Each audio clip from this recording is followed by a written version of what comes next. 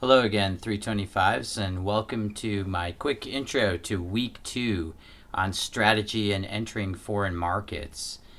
These are two topics which are particularly interesting to me as I spent most of my career before going into academics with McKinsey and with the US government, helping firms particularly with their strategies around how to enter, expand, and sometimes pull out of foreign markets.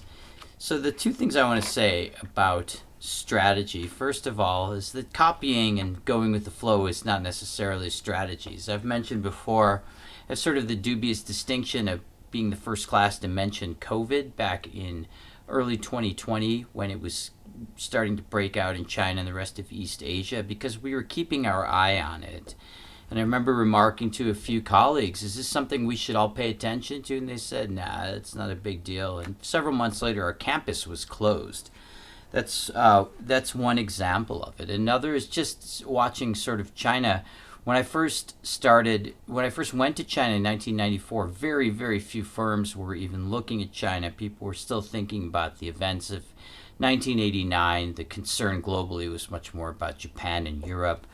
By 2008, when I was with New York University in Shanghai, people were saying if we don't put all of our resources into China and do everything that's sort of 100% focused on China, then we're just going to get crushed because that is the future. And now we have the pendulum swinging back the other direction. What's the right answer? I think it depends on you as a business, and it depends on how much you really pay attention to these things. And coming out of COVID is a really good time. I mean, most companies got caught blindsided by COVID.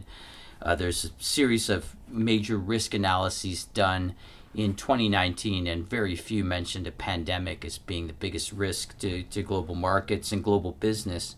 So now it's time to really rethink, and I think a lot of companies are diving into strategy. And in terms of entering foreign markets, there's a lot of things to be said. It comes down to the firm, but I like to tell students that the biggest decision is to decide whether to go or not go. Do you decide to go or not go? And the answer shouldn't be, well, everyone else is going or no one is going. It really requires a lot of market research and situation research, looking at the political and economic factors that we've started to talk about, the cultural factors we'll talk about, the supply chain, the legal factors, your ability factors. There's a lot of things to think about before you sort of decide whether or not to go. The next is where, right? Going into China or the US is overly ambitious. Who are your potential customers? Again, this takes research. It often helps, I think, to break things down into cities or customers, and the CRM tools available now through the internet and big data are making this increasingly easy, right? You don't necessarily have to sell to everyone in the market. You're much better off finding out who your best customers are.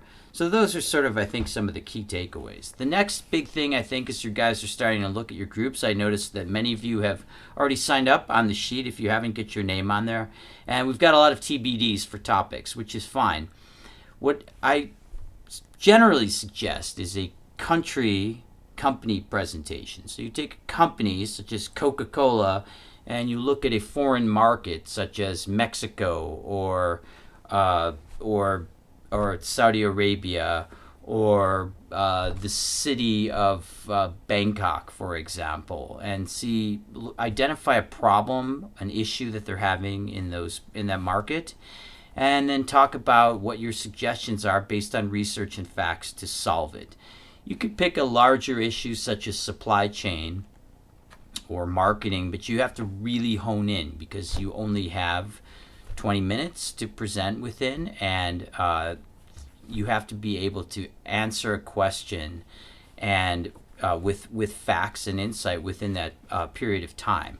So this really comes down to honing into a question, and I'm very happy to help you. I suggest you pick something that you like rather than something that you think I will like. I'll just warn you, if you pick something you think I will like, I'm very likely to have a very strong opinion about it, which may make it a little harder. So pick something that you're interested in. If it dovetails with your current work or something that you aspire to do, that's all the better. Another big piece of advice I have for you is when you start your presentation, start with the punchline. Don't be a boring academic and take half the presentation to get into it. Say, this is the question, and here's our answer, and here's why. And everything that comes in the presentation should follow. One of the big mistakes I see is a group will take a company like Apple and they'll spend half of their presentation talking about Steve Jobs wandering around India or about the iPhone. You really have to add, and everyone in this class probably knows about these things. You really have to ask is, does this piece of the presentation add to the point I'm trying to make, to my punchline, right? And is it something that's widely known? If you're talking about Apple or Uber or Coca-Cola, you probably don't have to get into the history. But what they're doing in Guatemala, I think, is probably less well known to the class, right? So really focus in on what we need to know, and that will help your fact base and help you generate a good situation to do insights. I loved reading and replying to your intros.